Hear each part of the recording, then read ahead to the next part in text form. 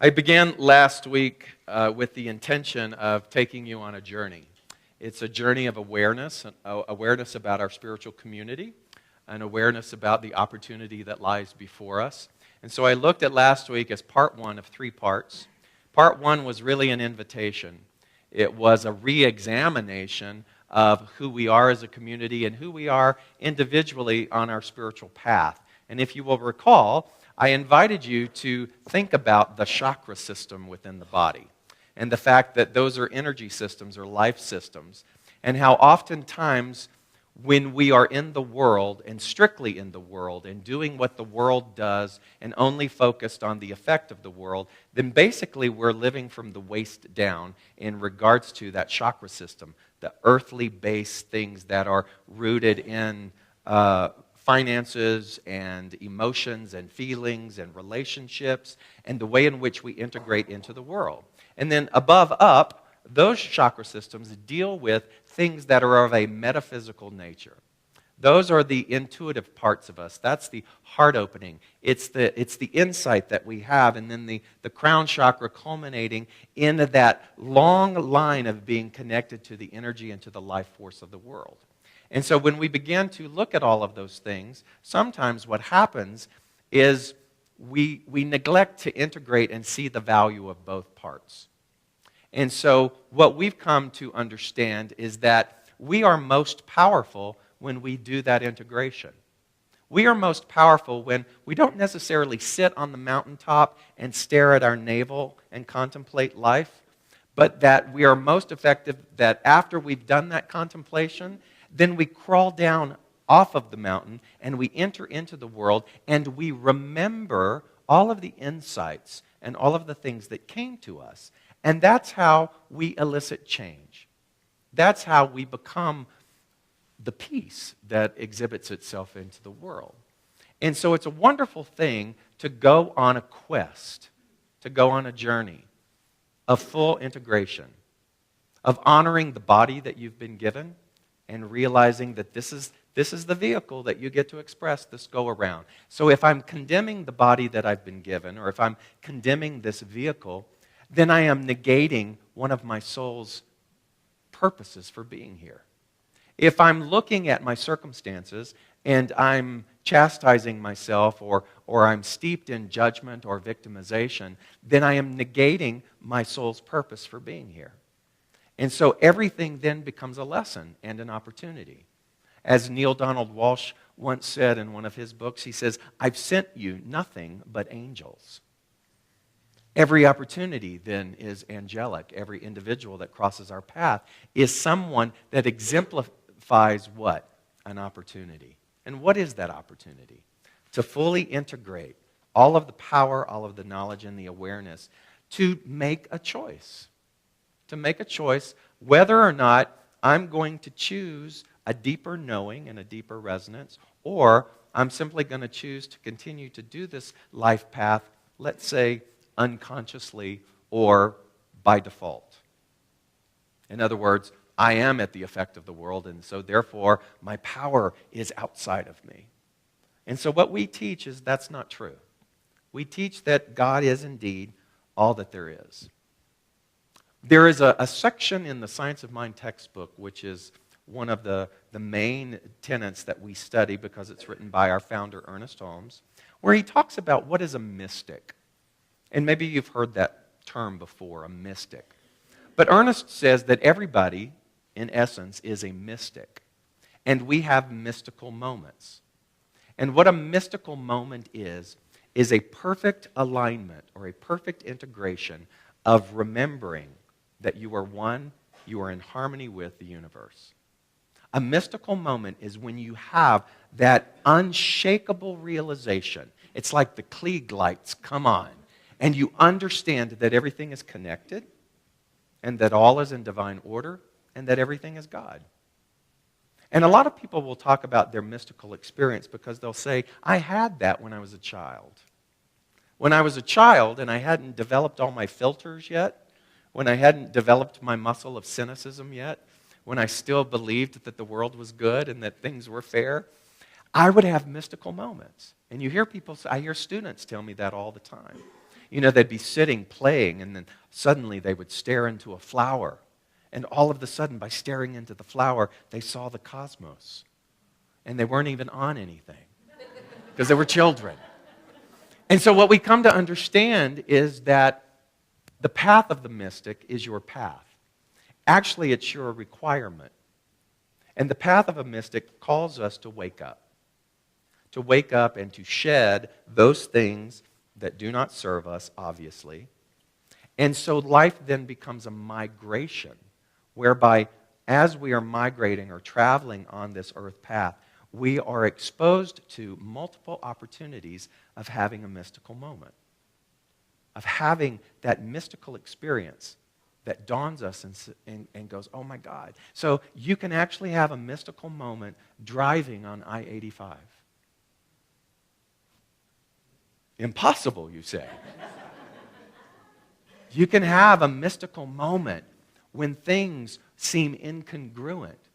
Because even in the seeming incongruency of it, by you choosing to recognize the congruency, that's a mystical moment.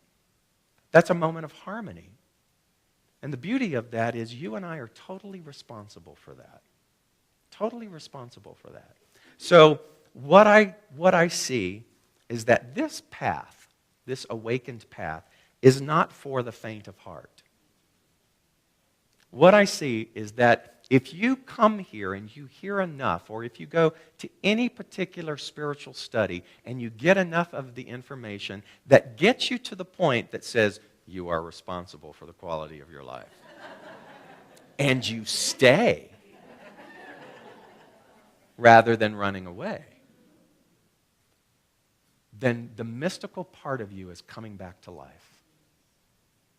The power that has been given out or given away or lost in outward things is starting to come back.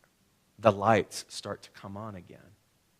That doesn't mean that it's easy in this earthly experience. But what it means is that you have opened up. You have opened up the realms of the infinite. And here's the other thing too.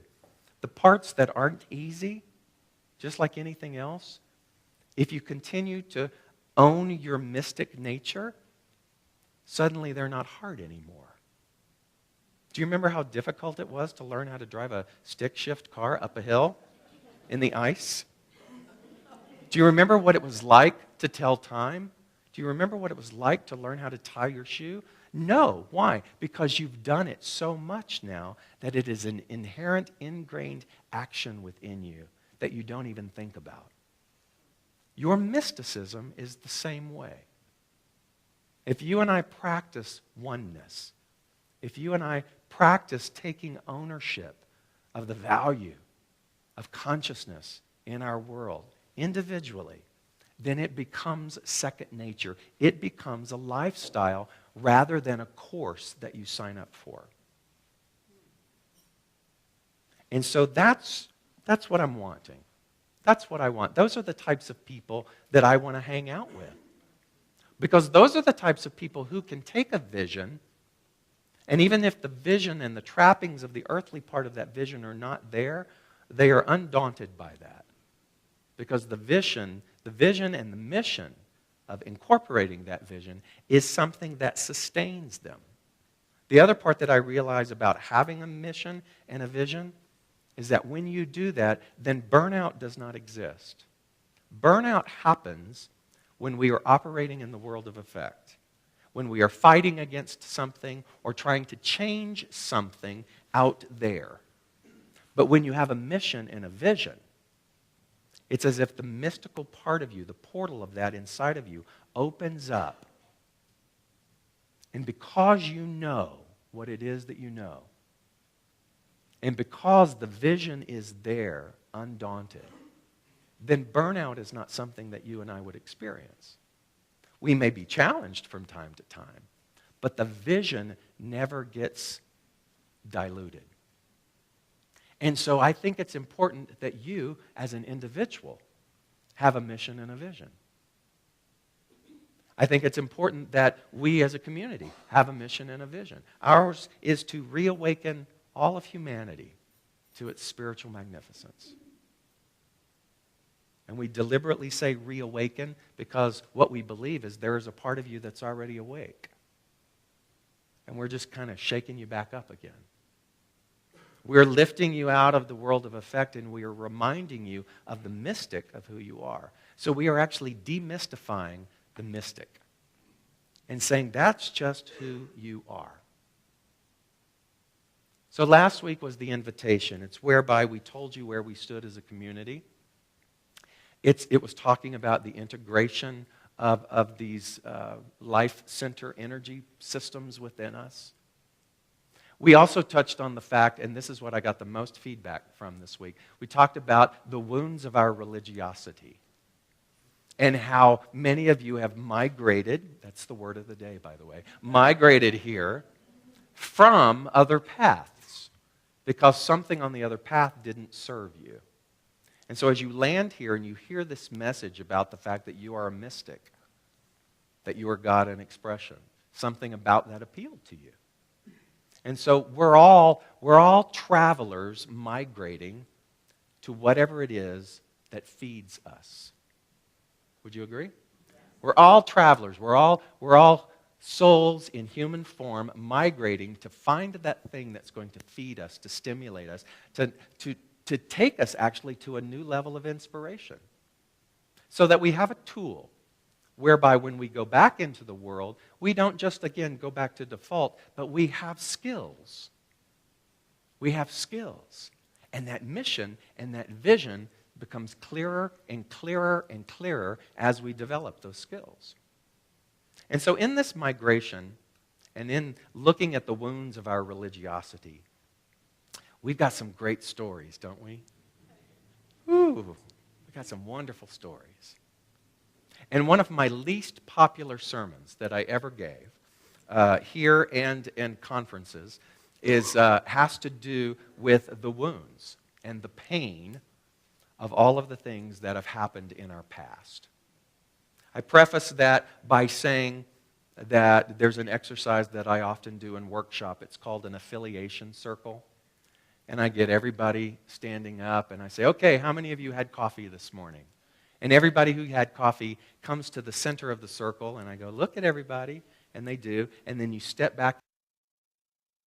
How many of you traveled more than 100 miles to be here? And so the people who did that, they step into the center of the circle, and then they step back out after they have acknowledged one another. And then we go deeper, and we go deeper, and we say, how many of you have filed for bankruptcy? How many of you have a child who is suffering through an addiction? How many of you are in the process of getting a divorce? How many of you are working 3 jobs? And on and on and on, we start to talk about all of the situations that take place in life. And those people, if they're willing, they step into the circle, they look at one another, and then they step back out. And then we go even further. We really go to those wounds, the wounds of abuse. All of those kinds of things. And I used to think, when I began to do that exercise, that the key point of it was for you to be able to look and see that you're not alone. For you to be able to look and identify other people and go, oh my God, sometimes I am so paralyzed by my shame that I don't talk about it. And even if I'm not talking about it, it's still affecting the quality of my life. But if I can see that there are other people who are going through the same thing, what it realizes is that I'm not alone in this world. And I used to think that that was enough, that that was the whole purpose of the exercise. And then I got to a deeper realization. Like anything, we always go deeper, right? And the deeper realization was that no, it's not just that. What it is, and this is the part that everybody loves, it's that your wound or your pain isn't special. And usually that's when everybody tunes out. Your wound and your pain isn't special. Because hear me out. If you hold that wound, if you hold that story, if you hold that pain in a place of specialness, then what you do is you keep it alive. and as you keep it alive, it actually restricts you from the very freedom that you say that you want. And this is where the ego within us just goes on a screaming banshee tailspin. Because so many of us have built our life around our wound. And so I'm asking you in this migration to look at that. One of the most famous migrations, Moses leading the people through the desert for 40 years. My God, they needed a GPS system, didn't they? That's where not asking for directions, I think, originally started. But you know what's so funny about that story, if you examine it, if you go to Scripture and you read about it, it says in there that the people who are having the migration with Moses, that the people murmured unto themselves. I'll let you decide what that means. They murmured unto themselves, meaning there was so much negation of the vision that as they murmured unto themselves, it was literally as though they were losing the very sight of what it is that they were migrating to. And one of the reasons many biblical scholars will tell you that it took as long as it did was because another generation of people had to be born in the migration because the original vision was lost. Think about it. Another generation of beings had to be born. That generation being born is what? Untainted. All that they know is migration. All that they know is promised land. And so all of a sudden, the doubt that has become a part of the murmuring of the other generations is suddenly and slowly beginning to dissipate enough so that there is a tipping point now whereby they can continue on and do the work that they need to do. So my juices are so energized right now because I'm back in writing mode. And I'm putting, you're hearing it from my lips right here. 3 books out this year. 3 books. So I have found the most amazing editor, and she stays on my all week long. And so all of a sudden now I'm in the flow. In fact, I was so in the flow last night, I didn't want to stop. And it was very late. And I was just, wow. And I was writing about this and about migration, and I remembered my Aunt Willie Mae. Yes, I had an aunt named Willie Mae. And it was my dad's oldest sister. And I always just thought that she was mean and eccentric. And she was mean and eccentric. But I started to go back and investigate and talk and do research with my family about her story.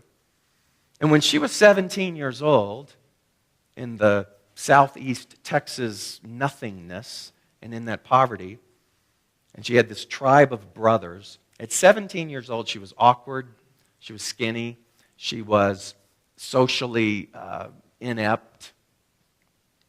And along comes this good old boy named Sky.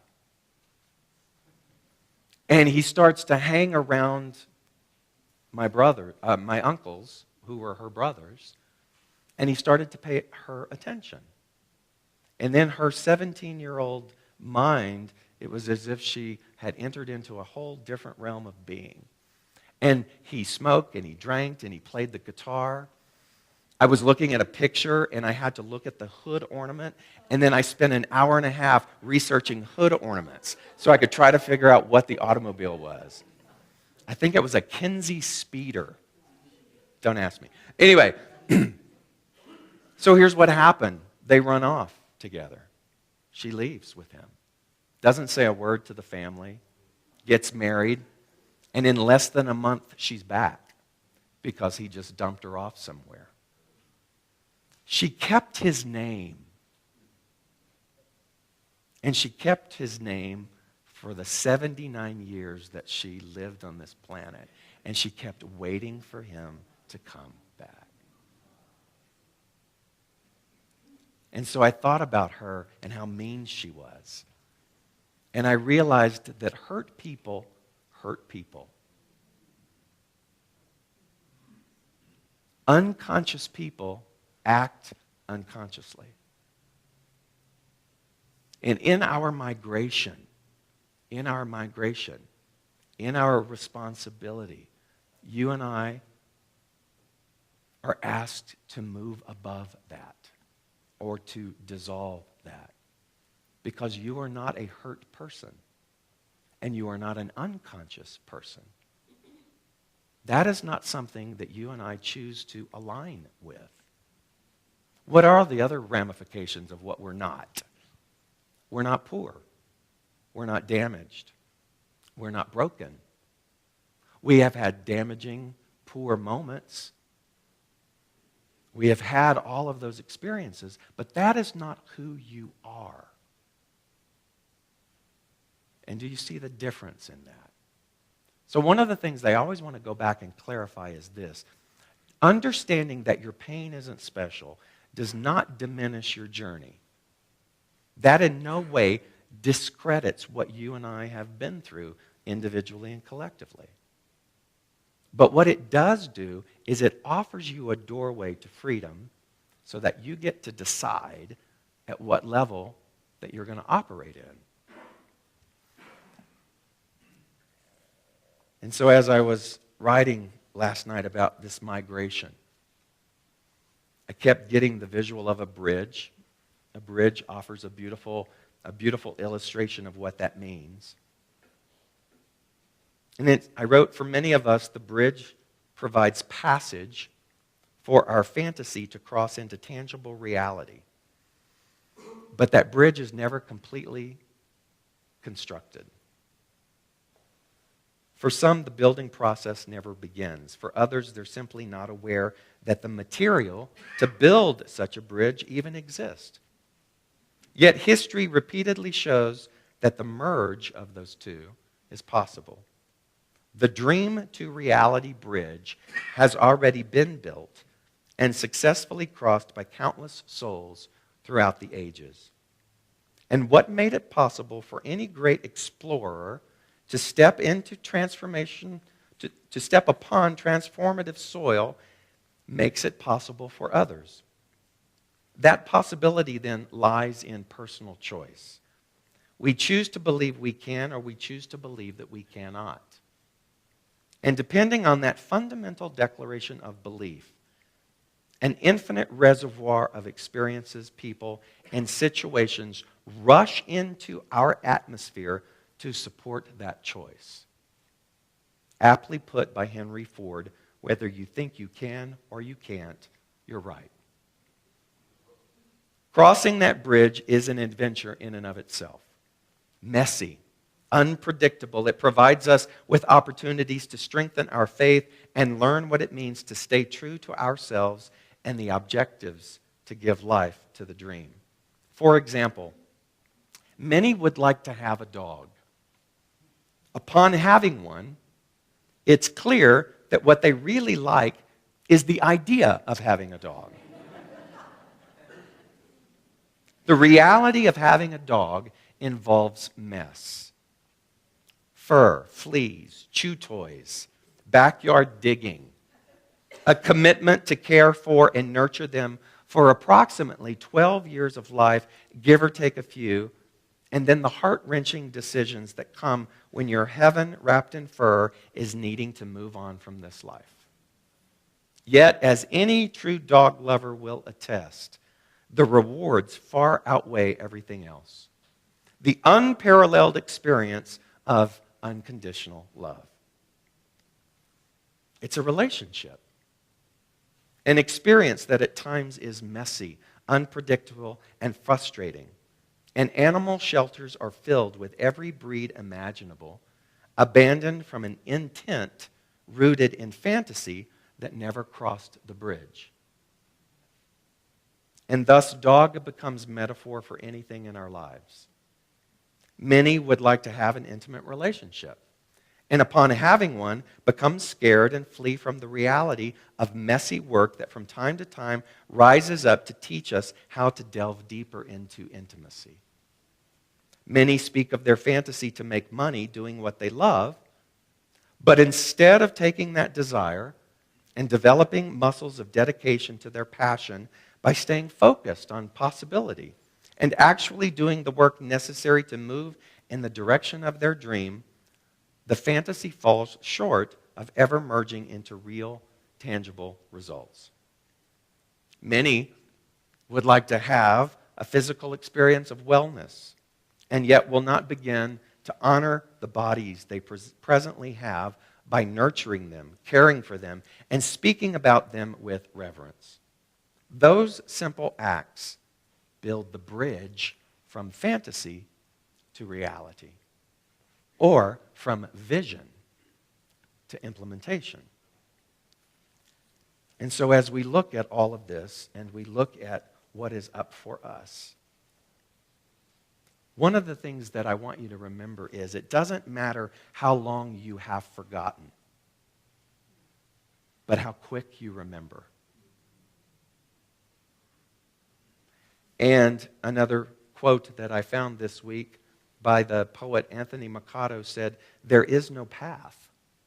The path is made by walking." And so what we are offering to you is something that is not a retread or a rehash of the wounded religiosity of what you left. But what is being offered to you is something that is so potent and such a part of a vision that if you take responsibility for owning your part of that, then there is no stopping it. Now, I will clarify this. There's no stopping the vision anyway, because what it will do is it will simply move to the next collective or the next individual or the next person who's readily willing to accept it and own it. And so what I say to you this morning is we have an opportunity as a community to own the vision and to migrate towards a history of our own making that we haven't even begun to scratch the surface of. Or we can murmur in the desert. And here's ultimately what I leave you with, is either decision just is. Nobody's right or wrong. No one's going to die. It just is. And what I know is that, again, like we always talk about, everything self-regulates, and we move to where it is that we need to go.